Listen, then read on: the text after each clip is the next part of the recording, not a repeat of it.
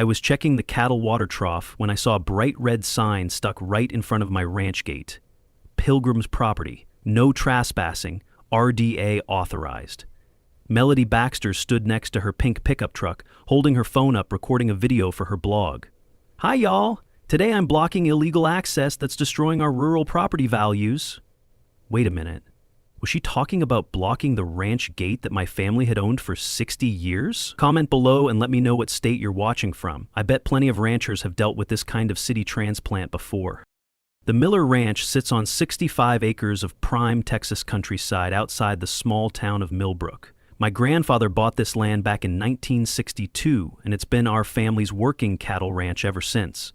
I remember my grandfather standing at this very gate wearing his old straw hat, holding a cheap cigar, saying, "Son, land is the only thing they ain't making more of. What we keep is what we keep for our bloodline." The heavy steel gate at our main road entrance has welcomed 3 generations of Millers, along with neighbors, friends, and anyone who needed to cut through our northeast corner to avoid the 12-mile detour around town. That dirt road shortcut connects County Road 45 with Highway 287.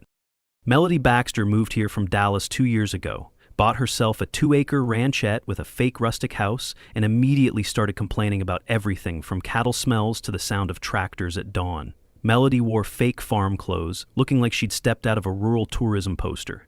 She got herself elected president of the RDA 8 months ago with promises to bring this backwards area into the 21st century. What that really meant was converting our traditional ranching community into upscale rural subdivisions where city folks could play cowboy on weekends without dealing with actual ranch operations. "Ma'am," I called out, walking toward the gate with my border collies Duke and Ranger trailing behind me. "That's my family's ranch gate you're blocking there." Melody turned toward me with that practiced smile she probably learned in real estate school. "Oh, Hank, perfect timing," she chirped, keeping her phone camera rolling. "I was just explaining to my followers how we're reclaiming this public easement for community benefit.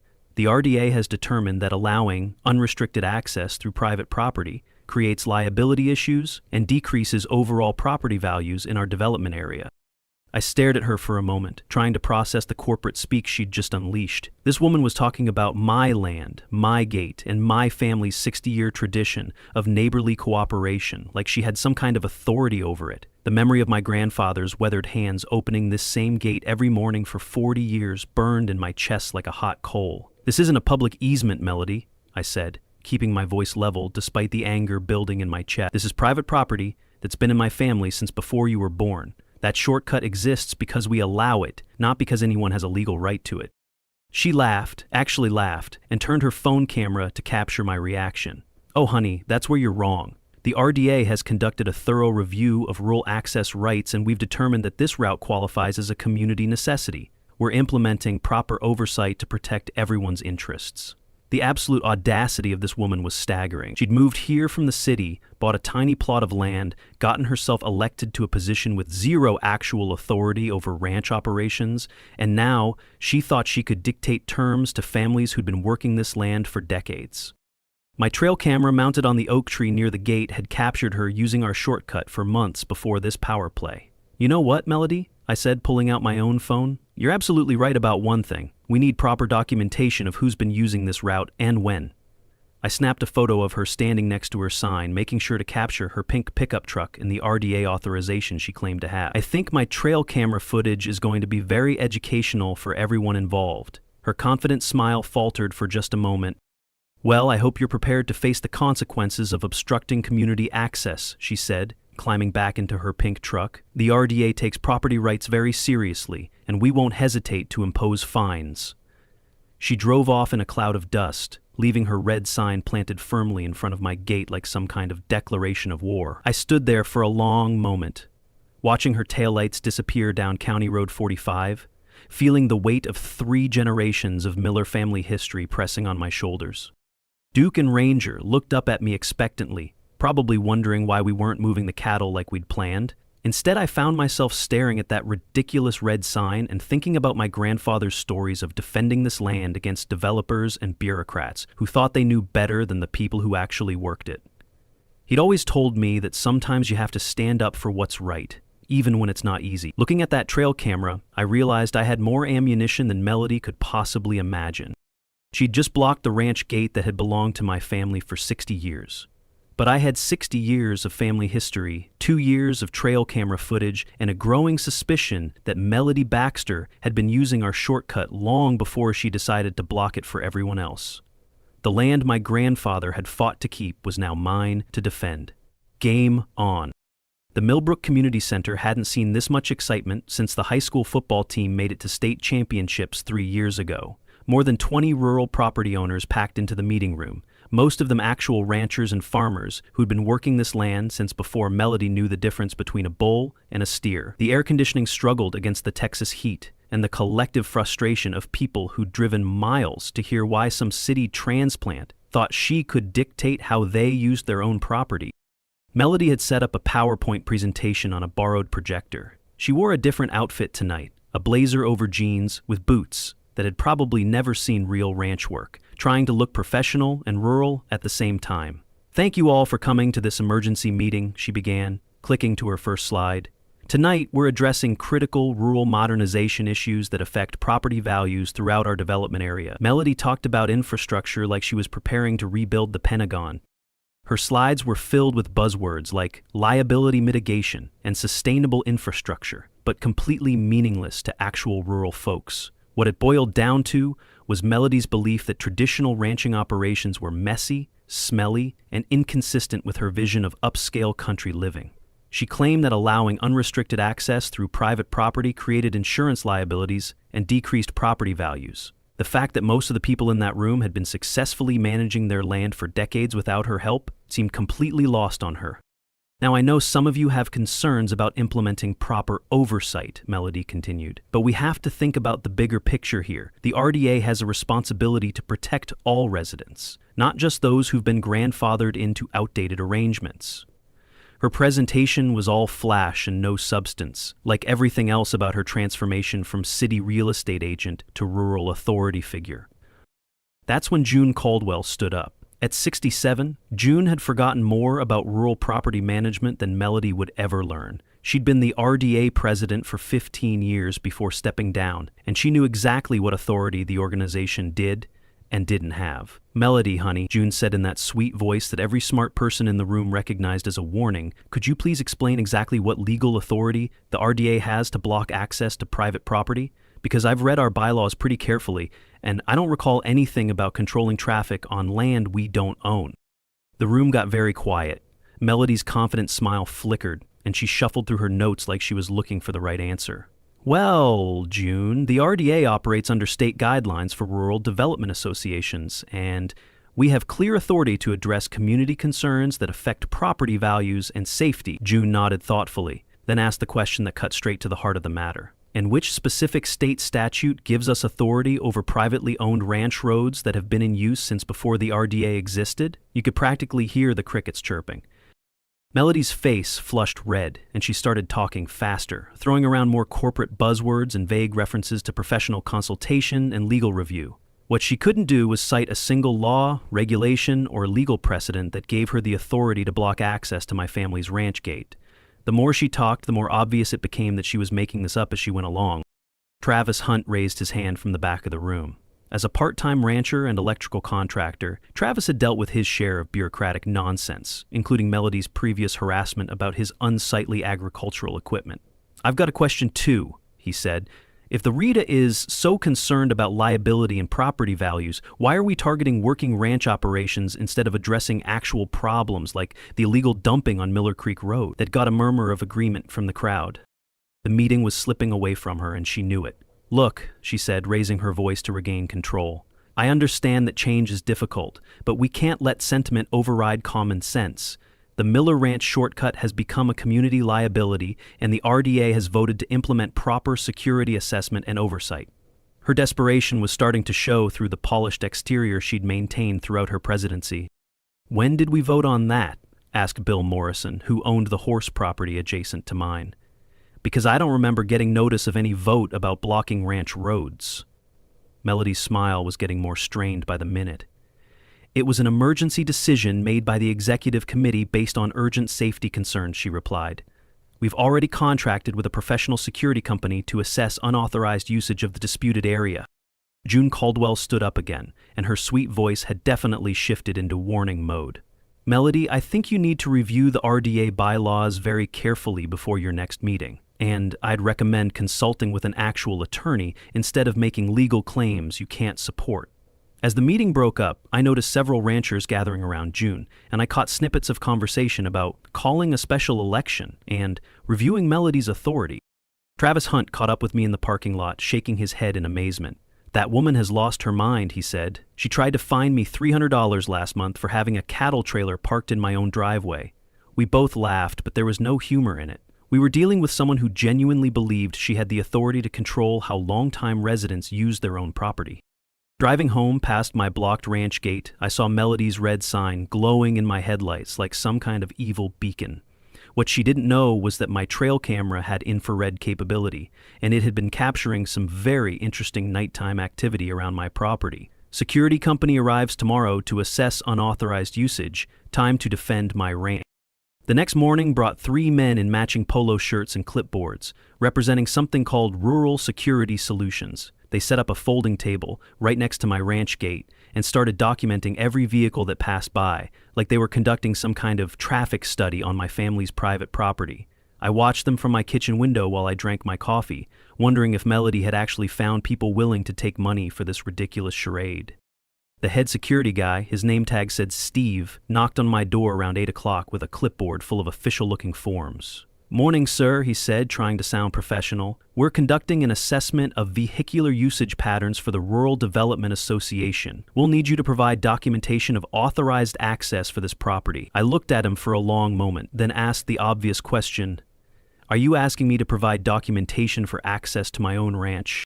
"Son," I said, keeping my voice friendly but firm, "I've been living on this ranch for 15 years, and my family has owned it for 60. The only documentation I need is the deed in my filing cabinet and the tax bills I pay every year. Now, if you want to stand on the public road and count cars, that's your business, but if you set foot on my property without permission, we're going to have a very different conversation." Steve nodded quickly and retreated to his folding table, where he spent the rest of the morning looking increasingly uncomfortable. By noon, I had made my decision. Instead of fighting Melody's fake authority over a shortcut that existed at my family's discretion, I was going to exercise my real authority as a property owner and build a proper ranch fence. Walking the property line, I found myself at the old oak tree where I'd hidden as a boy, listening to my grandfather tell stories about fighting with land developers back in the 1970s. The memories strengthened my resolve. This wasn't just about a shortcut. It was about protecting the legacy that 3 generations of millers had built on this land. I called Travis Hunt first, since he'd dealt with Melody's harassment before and understood what we were up against. "You gonna fence the shortcut?" he asked when I explained my plan. "Hank, that's brilliant! She can't claim community access rights to property that's clearly marked as private agricultural land." June Caldwell was my second call. As the former RDA president, she knew exactly what authority Melody did and didn't have, and she'd been quietly collecting evidence of election irregularities since the meeting. "Hank, honey, that's the smartest thing I've heard all week," she said when I outlined my fencing plan. "Agricultural fencing is completely within your rights as a property owner, and there's not a thing the RDA can do to stop you." The more I thought about it, the more perfect the plan became. A proper ranch fence would clearly establish property boundaries, protect my cattle operations from interference, and be positioned exactly along my property line, which happened to cut right through the middle of the shortcut that Melody was so concerned about controlling.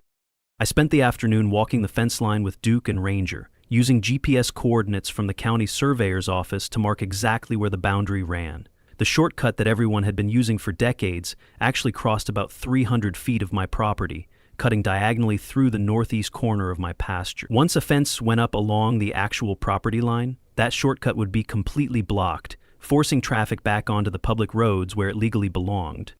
Pete Morrison came out that evening to look at the project.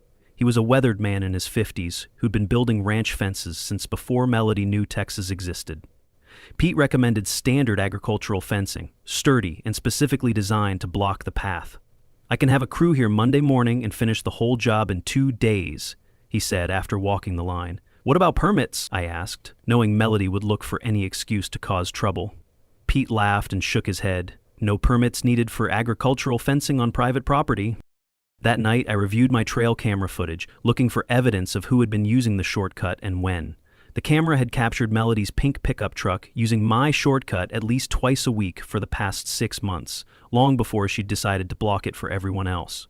The timestamp on the videos showed her using the route as recently as last Tuesday, 3 days before she'd planted her public property sign and started talking about unauthorized access. The irony was perfect. The woman claiming authority to control access to my property had been using that access without permission for months. The security team packed up their folding table around sunset, probably realizing that sitting in the Texas heat all day to count cars wasn't the most productive use of their time. But as they loaded their equipment, I noticed Steve taking photos of my property, particularly the areas where I'd marked the fence line with survey flags.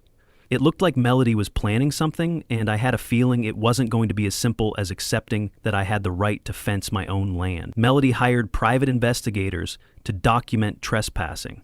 She's about to learn about ranch justice.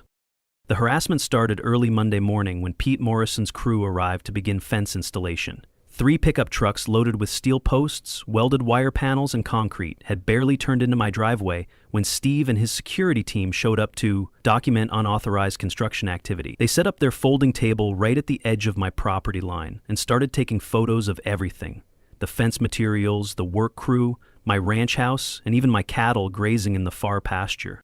"Morning, Steve," I called out as Pete's crew unloaded their equipment. "Beautiful day for building a fence on my own property." Steve consulted his clipboard nervously, then walked over with an official-looking form.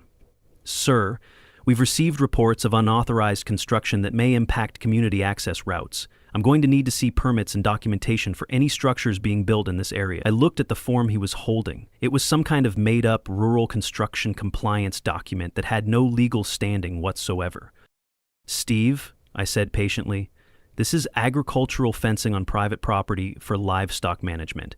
I don't need permits to build a fence on my own land, and I sure don't need permission from a security company that somebody hired to sit on the public road." Pete Morrison overheard the conversation and walked over with a grin on his weathered face. "Son, I've been building ranch fences in this county for 20 years, and I've never needed permission from anybody except the landowner. This here's standard agricultural construction, completely legal and properly executed." But Steve wasn't backing down. He got on his radio and called someone, probably Melody, to report the fence construction. Within an hour, we had county officials, code enforcement officers, and even a sheriff's deputy showing up to investigate reports of illegal construction blocking community access. It would have been impressive if it hadn't been so ridiculous. Every single official who looked at the project confirmed that agricultural fencing on private property was completely legal and required no permits or approvals.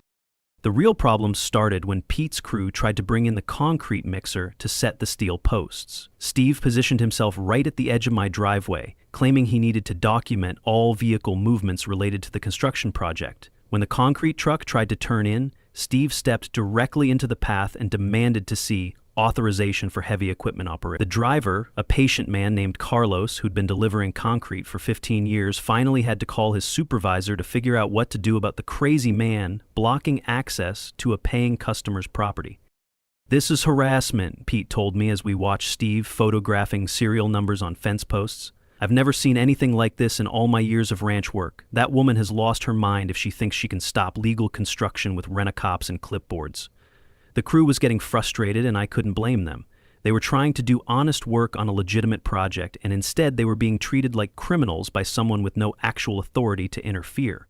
The situation escalated around noon when my veterinarian, Dr. Sarah Mitchell, tried to reach a sick cow in my back pasture. Steve's security team stopped her at the gate, demanding documentation and claiming they needed to verify authorized access for emergency situations. Dr. Mitchell, who'd been treating livestock in this county for 10 years, was not impressed.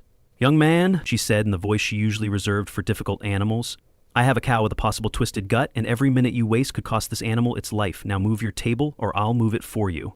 That's when I lost my temper. Blocking construction workers was annoying, but interfering with veterinary care for sick animals crossed a line that no decent rancher would tolerate. "Steve," I called out, walking toward the gate with Duke and Ranger at my heels, "you've got exactly 10 seconds to get out of that lady's way before I call the real sheriff and have you arrested for interfering with emergency animal care." The authority in my voice must have gotten through to him, because he stepped aside and let Dr. Mitchell through. But the damage was done. My cattle operations were being disrupted by people who had no business being on my property. The harassment continued all afternoon. Every delivery truck, every piece of equipment, every person who needed access to my ranch was stopped, questioned, and photographed by Steve's team. They claimed to be documenting violations and gathering evidence, but what they were really doing was making it as difficult as possible for me to conduct normal ranching operations. It was psychological warfare designed to frustrate me into giving up and accepting Melody's authority over my own property. By evening, Pete's crew had managed to install about half the fence posts, despite the constant interference. The steel posts stood 8 feet tall in a straight line along my property boundary, clearly marking where my land ended and the public road began. The shortcut that people had been using for decades now had a row of steel barriers cutting right through the middle of it, making it obvious that continued use would require trespassing on clearly marked private property. Travis Hunt stopped by around sunset to check on the progress and see how the harassment was affecting the work. "They're trying to wear you down," he said, watching Steve pack up his folding table for the night. "Melody's hoping you'll get tired of dealing with this nonsense and just give up. But look at that fence line. It's beautiful. Professional work, clearly marked boundaries, completely legal. She can't fight property rights with rent-a-cops."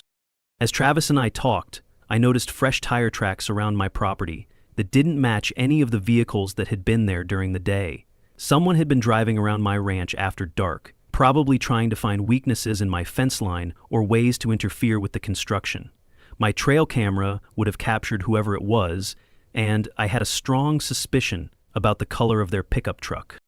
The next morning would bring the completion of the fence, and with it the end of the shortcut that Melody was so determined to control. But looking at those tire tracks in the moonlight, I realized this wasn't over. Melody had invested too much time and effort in her power play to give up just because I'd built a legal fence on my own property.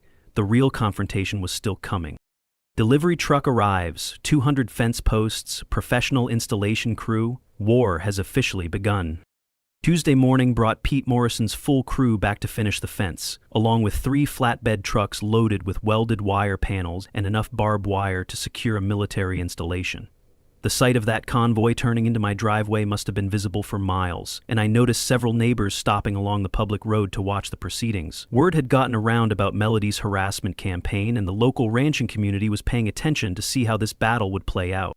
Steve's security team showed up even earlier than the fence crew, setting up their folding table and cameras like they were documenting some kind of crime scene. But this time they had company. Melody herself arrived in her pink pickup truck, wearing designer jeans and a country-strong t-shirt that probably cost more than most ranch hands made in a week. She parked right at the edge of my property line and started taking her own photos and videos, probably for another one of her blog posts about rural modernization challenges.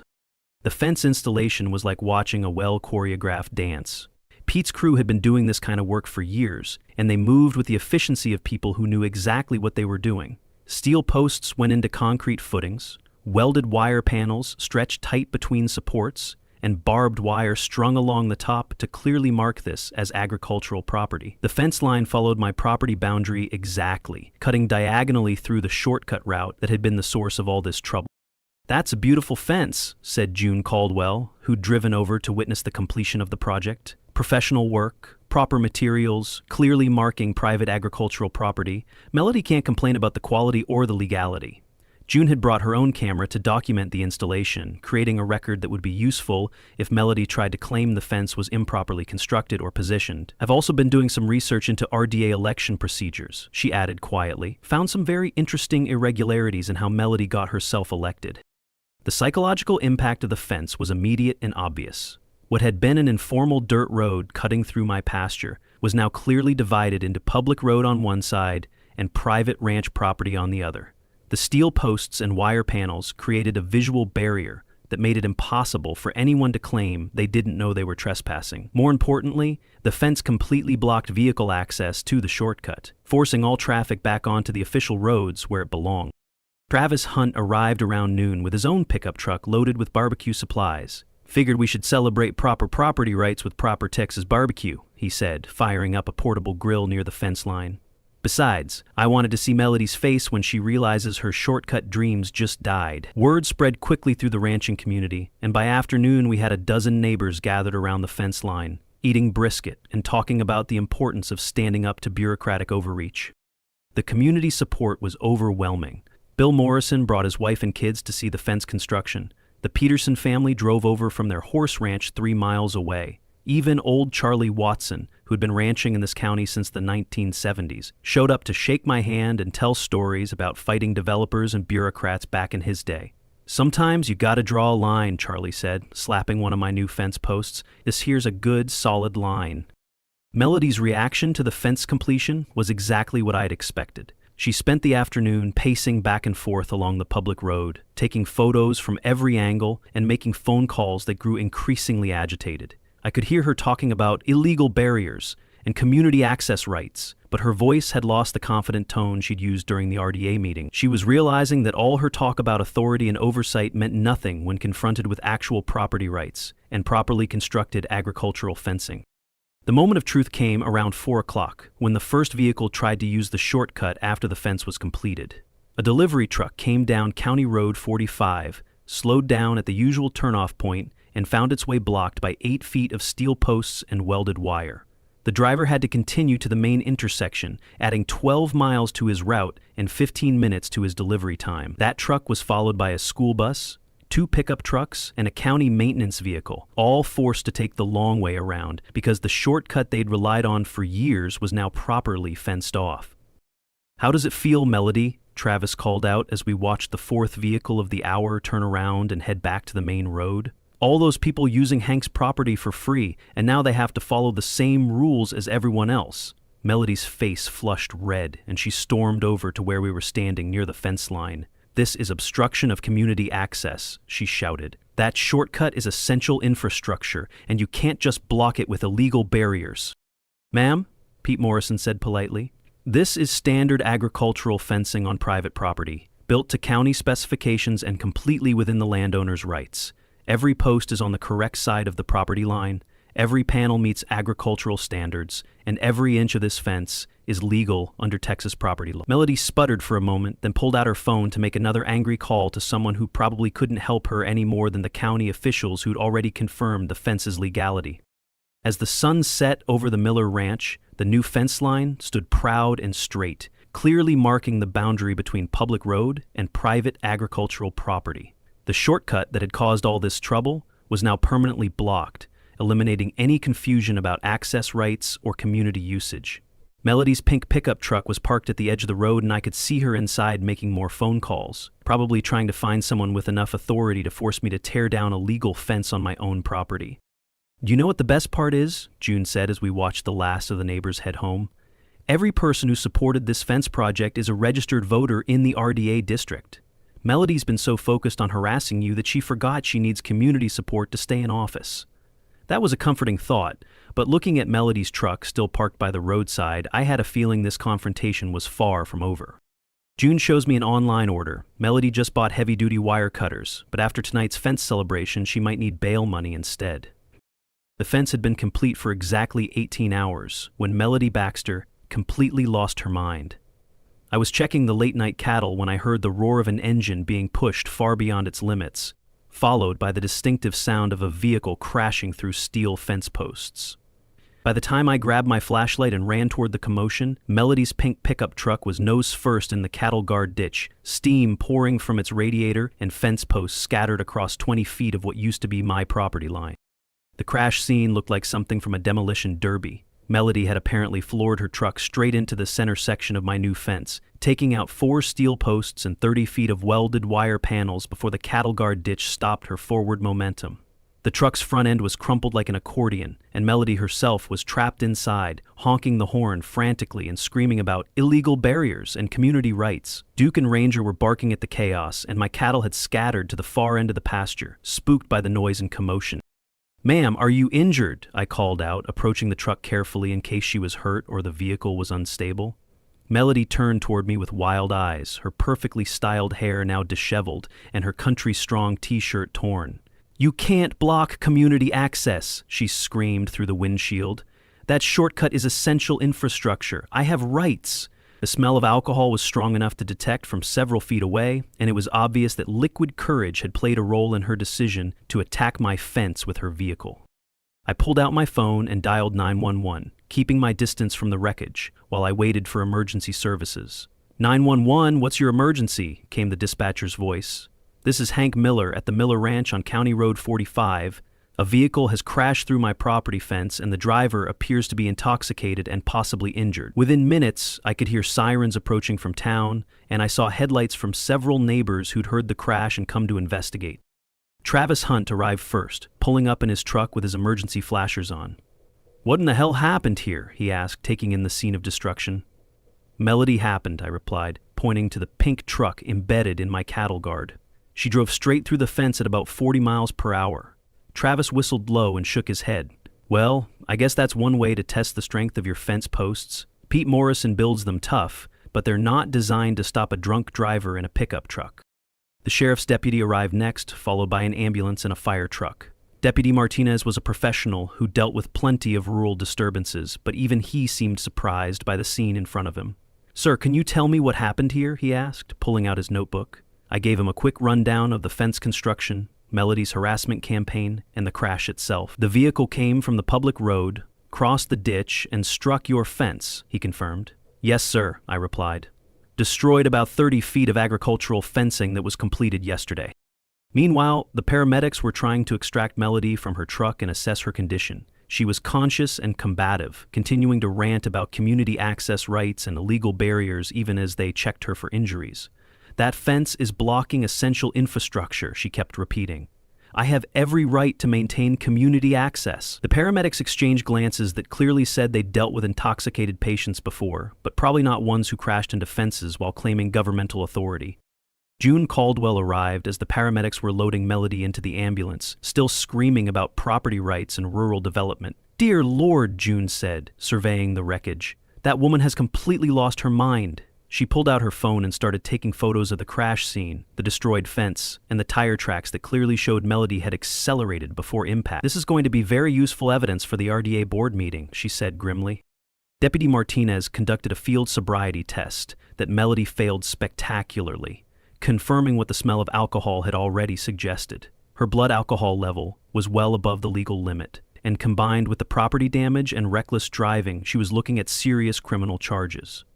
"Ma'am, you're under arrest for driving while intoxicated, criminal mischief, and reckless endangerment," Deputy Martinez announced as he handcuffed her to the ambulance gurney. "You have the right to remain silent." The crash had attracted quite an audience by now. Word travels fast in rural communities, and half the county seemed to be driving by to see what had happened. Travis had started directing traffic around the emergency vehicles, while June documented everything with her camera.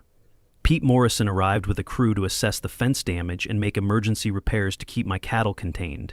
"Good news is, the posts held up pretty well," he said after examining the wreckage. "Bad news is, you're going to need 4 new posts and 30 feet of panels." As the ambulance carried Melody away to face blood tests and criminal charges, I stood looking at the destruction she'd caused and feeling a mix of satisfaction and amazement. The woman who'd spent weeks claiming authority over my property had just provided the most dramatic possible proof that she had no respect for property rights, no understanding of legal boundaries, and no business being in any position of responsibility. Her pink pickup truck would be towed away as evidence, and the fence she'd tried to destroy would be rebuilt stronger than before.